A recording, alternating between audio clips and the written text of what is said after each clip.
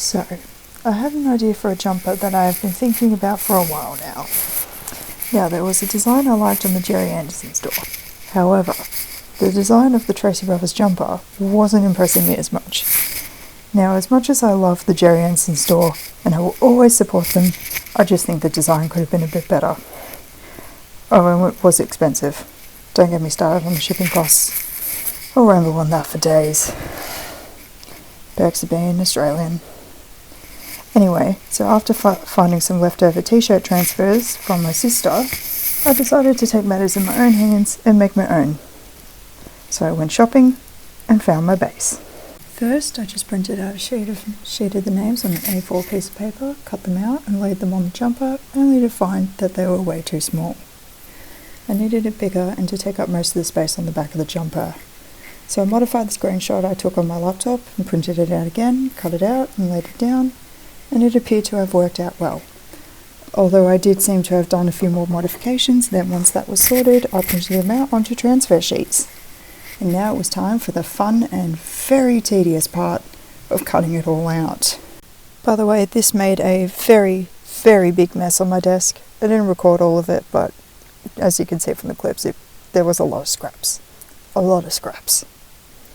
This basically took forever. Then once it was all cut out, I laid them onto the jumper again, and then I had to peel off all the backing stickers. I tell you what though, this was the worst part.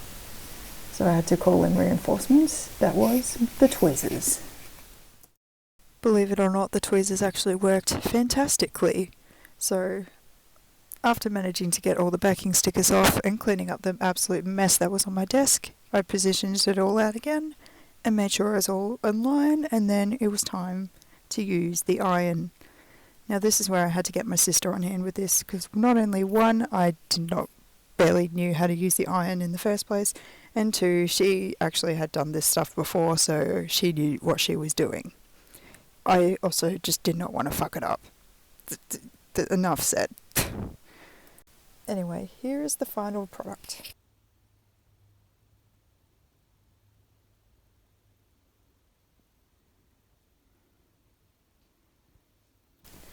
So there's the final product. I think it turned out amazing. I love it so much.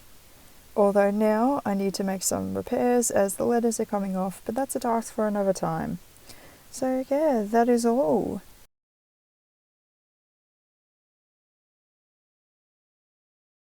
Could you tell by all of this that this is falling apart?